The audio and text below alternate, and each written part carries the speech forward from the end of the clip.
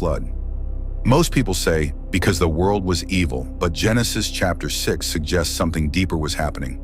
This was not just bad behavior. This was corruption reaching the level of creation itself. In Genesis 6 NKJV, the Bible says the sons of God came to the daughters of men, and afterward the Nephilim were on the earth. Then the passage says something terrifying.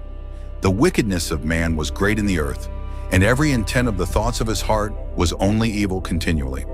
Not occasionally evil, not culturally confused, continually evil.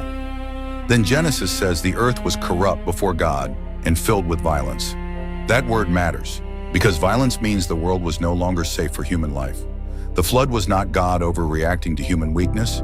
It was judgment on a world that had become spiritually diseased.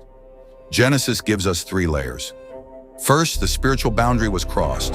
The sons of God took the daughters of men. Second, the human heart collapsed. Every imagination became evil continually. Third, society became violent. The earth was filled with bloodshed, oppression, and corruption. But the Ethiopian Bible tradition takes the mystery even deeper.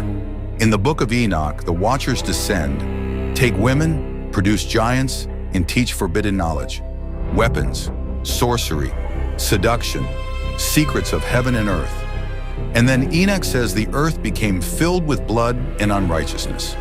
So the flood was not just water destroying sinners.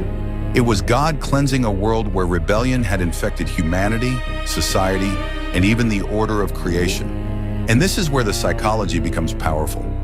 The flood shows what happens when a culture loses internal restraint. When desire has no boundary, it becomes appetite. When knowledge has no righteousness, it becomes corruption. When power has no character, it becomes violence. That is why Genesis does not only describe actions, it describes thoughts, the intent of the thoughts of his heart. God was not only judging what people did, he was exposing what mankind had become inside. Because when the inner world becomes evil continually, the outer world eventually becomes violent continually. But here is the part people miss. The flood was judgment, but the ark was mercy. God did not only destroy corruption, he preserved a remnant. Noah found grace. That means the story of the flood is not only about wrath, it is about God refusing to let evil erase the future. So why did God send the flood? Because the earth was corrupt. Violence had filled creation, and humanity was losing the image it was created to carry. The flood was not the end of the story, it was a reset.